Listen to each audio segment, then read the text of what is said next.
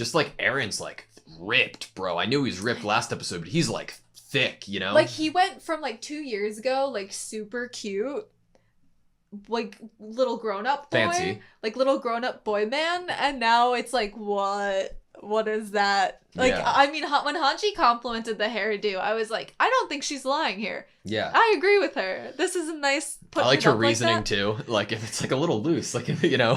Like you're carefree. Yeah. Hardworking and carefree.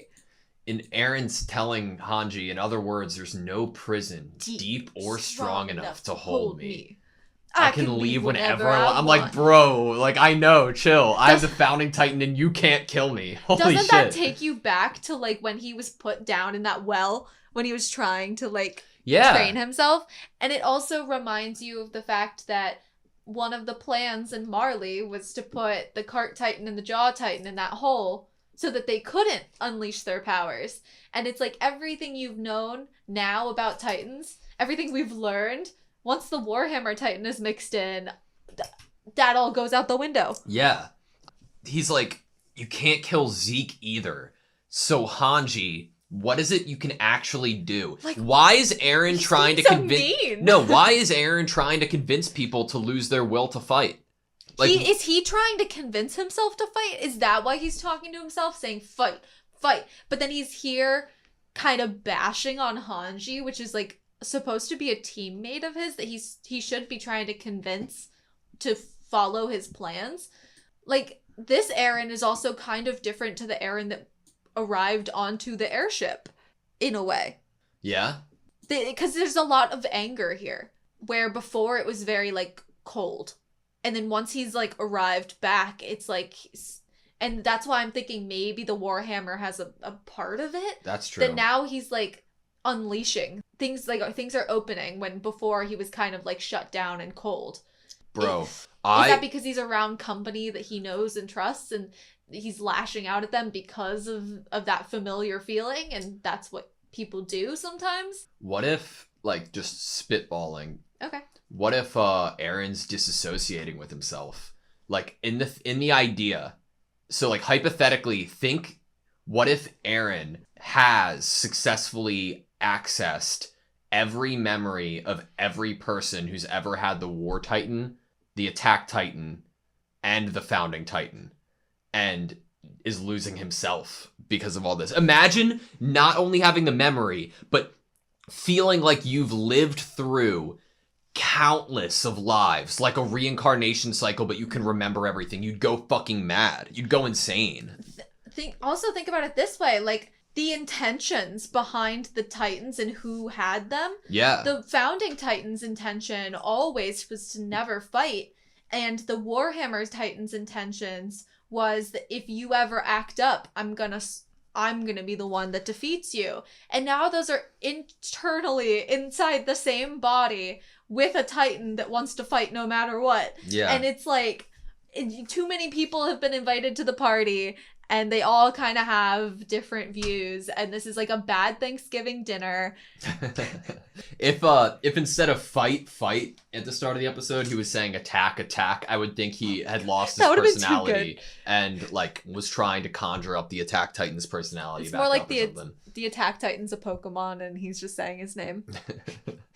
The threat to transform, I don't know if we've ever seen it like this, like exactly, you know, to the detail of nothing under the eyes to it just spreads out a little bit. Spreading out cool. While the like in the conversation with Reiner and Falco, he threatened with his hand being cut already. This is fucking scary, bro. And it was already scary when he threatened Reiner with just the blood. Yeah.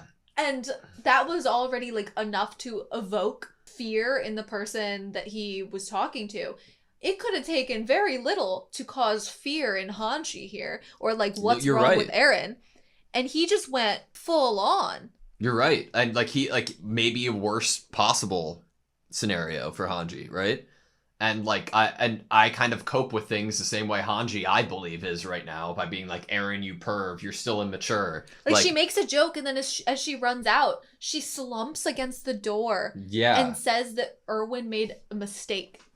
God, that hit. that hurt, dude. Like, because I don't think Erwin made a mistake. We never felt like he had made a mistake. No. We always thought that Hanji was supposed to be the one. Like, obviously, Levi was, like, his right-hand man, you know, in a way. So it could have been Levi, but I always felt like Hanji was...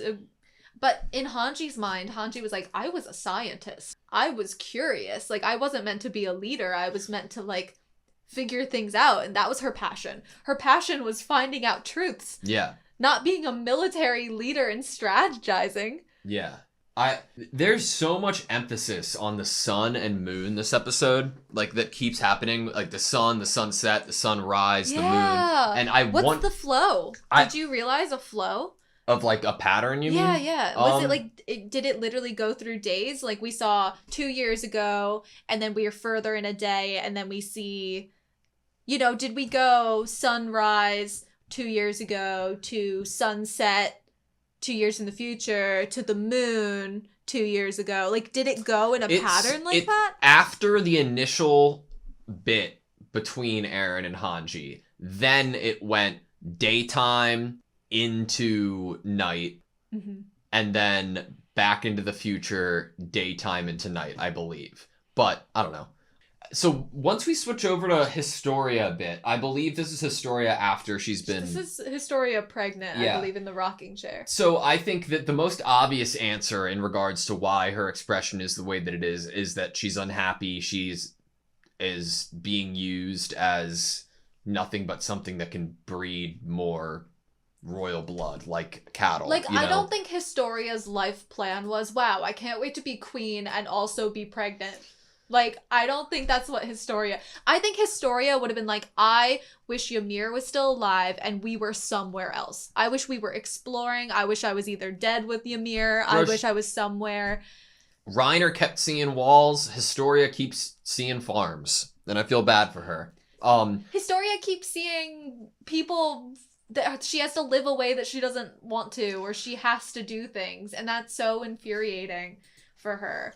I think that there's a little part of me that might say that there's a possibility that Historia is either being controlled or is privy to information that we don't know based off of Zeke and Eren. Because Historia is royal blood, and if there is some communication between Zeke and Eren because of that, I don't think it'd be too far out to suggest that she'd have the same. Well, didn't the one guy speculate as they were drinking that maybe Yelena told Historia to get pregnant? Yeah. So we also don't know why Historia basically rushed the actual having of kids when she was already royal herself. Because in this dude's Roeg, I believe, or Roeg, something like that. In his perception or idea, it was Yelena telling her to do it to prolong her life, but also prolong Zeke's life. They'd never make a pregnant woman turn into a Titan. I need to talk to you about something real quick. So a pregnant Titan, right? Yeah. So you're a pregnant person, and you are turned into a Titan. Who has no reproductive organs or anything of the sort. I wonder if somehow, like, if you watch a woman who's pregnant turn into a Titan with a baby, and you cut the Titan's stomach open, would you, 1, get nothing because it's gone, 2, save an innocent little human baby, or 3, there's some weird fucking, like, rule where technically you've like, kind of scooted in this gray area in between the rules we understand of how you become a human who has the powers of a Titan, and you somehow like have... interspecies, like werewolf in person or vampire in person, but then the kid's like a half. You somehow started it or created like another off branch. I'm not talking about the 7 Titans or whatever we know and how they've come to be. I'm talking about some like X-Men gene, like some like off-branch Walmart version of a Titan based off of, you know, the events. This is the weirdest multiple choice quiz I don't know. I am leaning, I think, toward dude, okay, never mind. I was gonna say there was nothing there, but now I'm like, would the baby also would the mother explode because another Titan grew within it. Like that'd be if you injected the baby inside of her. But the baby feeds from the mother. Her. They're connected. Like then maybe option D. You get 2 Titans for 1. You get a twofer. But not if the mother explodes from the inside. I mean, it depends on the healing that can or what there. Stage of birth you're in when you're injected and turned into a Titan. I know, like, obviously it's so weird, and these questions I don't think it's weird at all. They were meant to come up because of the fact that it was already talked about basically in this episode that it's weird, or they don't know what to think about it. How do we handle this? Why did she get pregnant? Why do you think she did? At this moment, I don't really have an idea of why she would have done it, because it doesn't feel in her character to have done it in spite. I don't know. I couldn't see her getting pregnant in spite. Like, unless she does love this man. I don't know.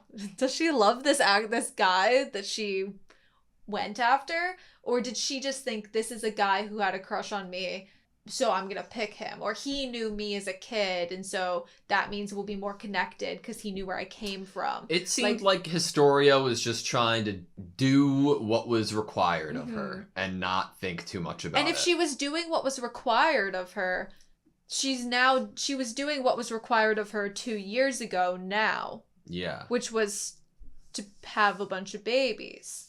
Like it's very easy to say, oh, you're given a shitty job, we'll make the most out of it. Oh, you have to have kids, we'll just find true love anyways. Nobody's telling you not to. Man, being told, what if you didn't want to have kids in the first place? Like, it's very easy to say, like, think about it from a positive, like, point of view or whatever, but damn, I wouldn't blame Historia if she just was like, fuck, this is my life, and was kind of depressed about it, you know, if that's how she actually is. Or think about how messed up it was that guy called her loose.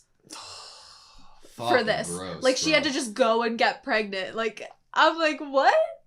Like, and then luckily we had Nile Doc at that meeting, so he was like, I love dude, Nile Doc, you're bro. But then we got the waiter going downstairs and seeing someone that we think is a good guy, being like, is this the right one? And I'm like, ooh. Which I'm assuming is poison, but I don't know. Could be wrong.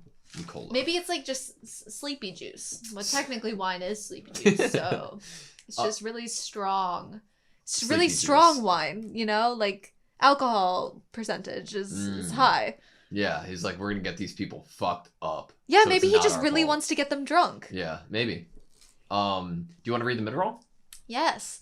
Hizaru, a small eastern nation with its own culture, producing many talented engineers, it flourished in weapon and aircraft development and was once an ally of the Eldian Empire.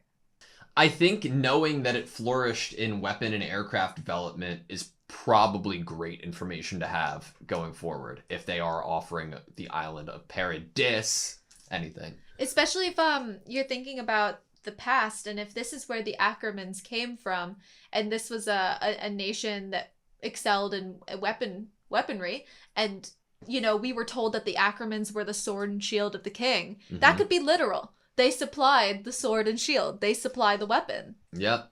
I always thought it was like they were the protectors, like, physically with their bodies. They could be.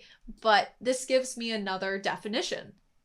Me as well. You know the whole, like, scene we had in the back of the carriage with everybody in the yes. in, like, the flashback? Which was awesome. It was so great. For half a second, again, not believing it, just trying to think about, like whatever comes to mind, just trying to voice out loud. For, like, half a second there, once Sasha started talking about being the person to inherit the Titan, like, entire scene, I'm like, these are just fucking good friends, bro, and it's just showing, like, that anybody would do this, would be honored or do anything for Eren. But part of me, for half a second, was like, I wonder if the desire of being or inheriting a Titan corrupts Eldians in some way. Like, I don't believe that that's the case, but I thought, like, for a second. Well, power can be corrupt, just as corrupting as money is, right? Yeah. So, but obviously, if, like, these people wouldn't be... I mean, the longer you stay with the Titan... What? I said, these people wouldn't be corrupted by something that easy. Like, Jean and Sasha and Connie, like... But we could say that the longer you have this power within you, the crazier you might get. Yeah. And I think that we maybe have seen some examples. I think most of the people I've seen that have had a Titan power for a longer period of time seem slightly unhinged to some degree. Spontaneous, really, what's the word? They're really dedicated. Like, really hyper-focused and, like, willing to do anything. And that's not necessarily a bad trait, but it's almost like they're willing, they get to a point where they're willing to cast off all else. All morals, all the people around them for this goal that they're holding on to or this thing they want to achieve. And they almost are driven crazy by hyper-focusing on this goal. Yeah. It makes you think that, like, what if when you go to sleep, you can't sleep because you're hearing all of these memories and voices in your head? Like, can you even sleep a peaceful night? I don't know. I brought up the disassociation point with Eren. Like, what if, you know? Mm-hmm. Like, what if not only you're like, let's think about another show that we're watching that I'm not going to be specific about. Like, what if every other person who's had the Titan is alive right now in your head? Like, what if there's like all arguing with each other about what to do? What if you're just even seeing the will? Like, I don't know. Like, it's a terrifying, like, I would go crazy. And you might be thinking things and feeling things that aren't even your feelings and thoughts. Yeah. And I think that we have evidence to support that is 100% possible. That you could be thinking things that someone else is thinking and saying. Kruger said about Mikasa and Armin and wanting to protect them.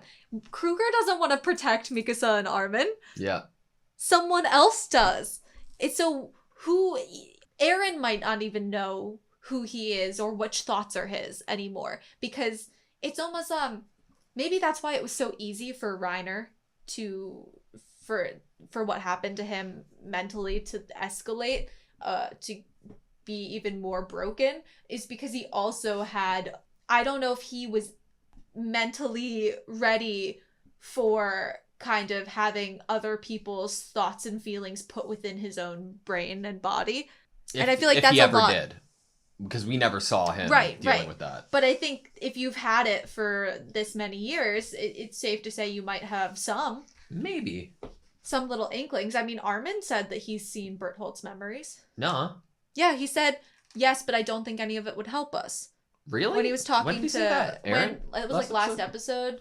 And Eren was like, have you seen Bertholdt's memories yet? And I'm pretty sure Armin said, yeah, but none of it would help us. And I was like, but Bertholdt has a more modern idea of the warriors and Marley than Grisha would have. You're right. That's awesome, because that gives, like, I was worried that theorizing that some of these other characters might have seen other people's memories was completely, like, off base, but there is something to go off of significantly now. Like, that's a great point and acknowledgement that we don't know what Armin's thinking. Right. It was very weird energy when he was like, oh, yeah, I've seen them, but he looks away and he looks down like none of it would be helpful to us. And I'm like, you could have said that in a nonchalant, like, honest manner with no suspicion for the viewer. But the body language and the phrasing, like, almost like Armin's like, oh shit, he asked about this. Like, huh? Oh, yeah. You know, like wasn't ready to answer that question, was surprised to be asked it. There's something he's keeping. I feel like Armin's probably not, like, the best, like, secret keeper. So I definitely got, like, a weird vibe from that. But I don't know. I feel like Eren's state of mind is probably crazier than we might even be imagining it. What, Eren's state of mind currently? Yeah, currently. This Eren that snapped at Hanji and made Hanji say that she shouldn't have been the commander. Well, so it's interesting because the conversation that Eren and Armin had was prior to what we got in this episode. I'm trying to, like, make timelines and everything work. But regardless, there's the end of this episode I really wanted to touch on before we go, because, like, I just wanted to read through the last few lines of it, if that's okay. That leads to Eren's eye transitioning to the moon. Because my initial instance was that Eren could hear this conversation. That was, like, my instinct. Oh, that's crazy. But not, like, I don't mean crazy, like like bad or like you're crazy for saying that. I'd be like, that would be. It doesn't like, make awesome. sense to me, but just like I want to rewatch it again. Somewhat makes sense if we're speculating that he's connected to so many different people.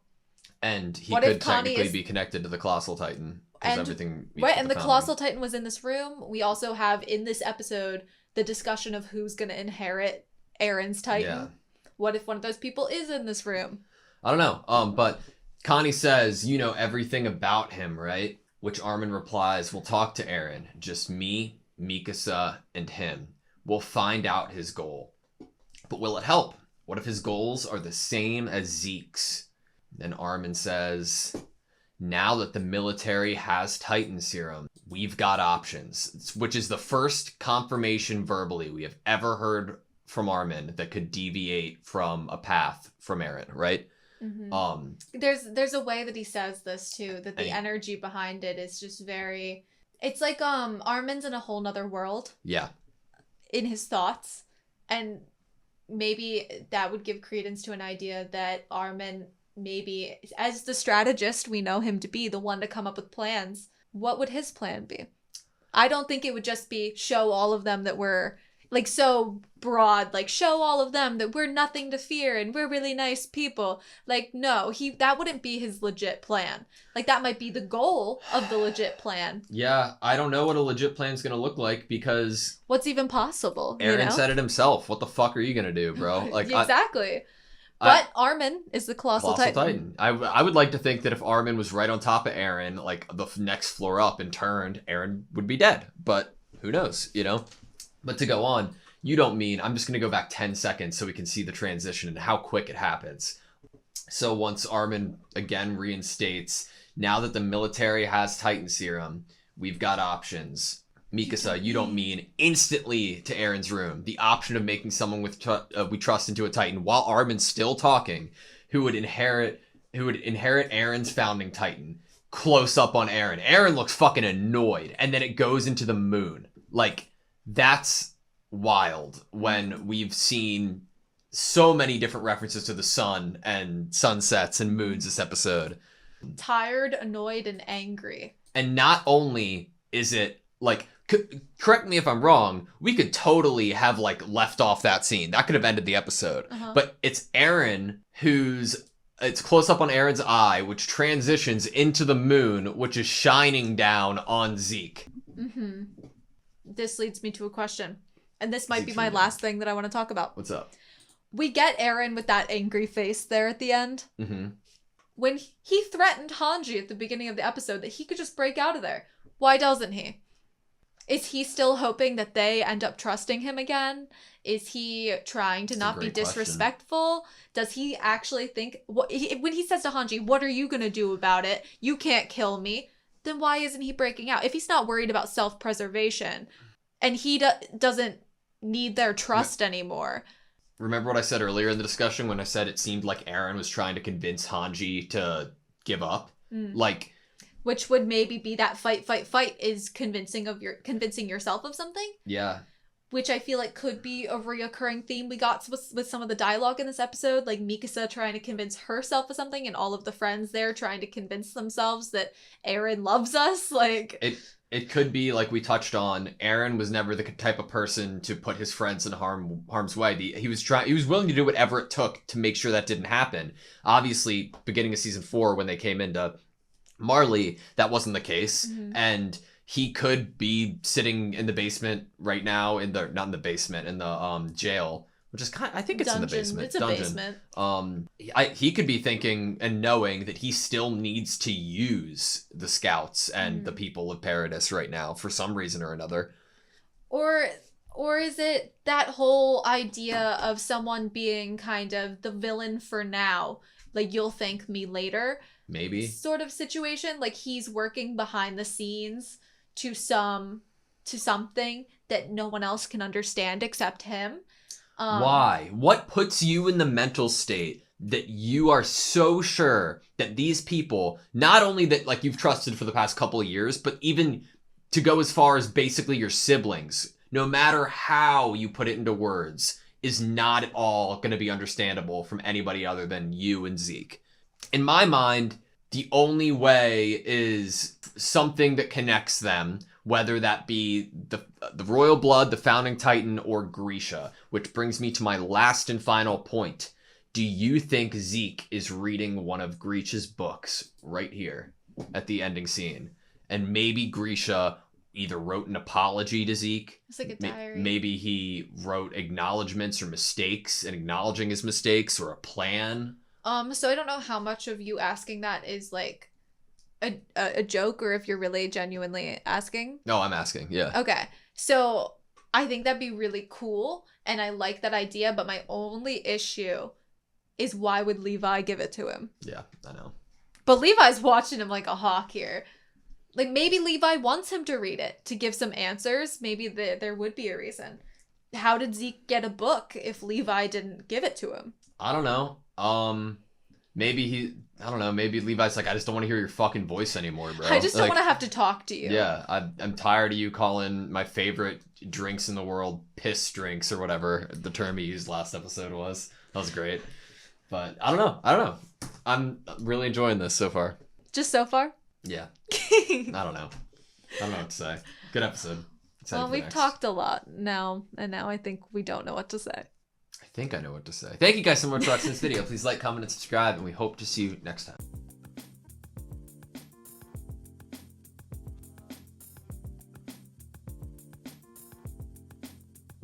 What if, like, just spitballing? What if, like, just spitballing?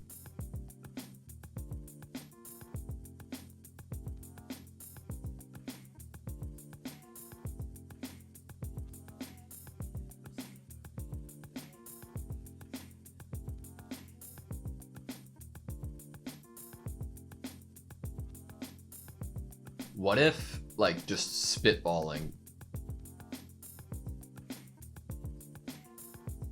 What if, like, just spitballing?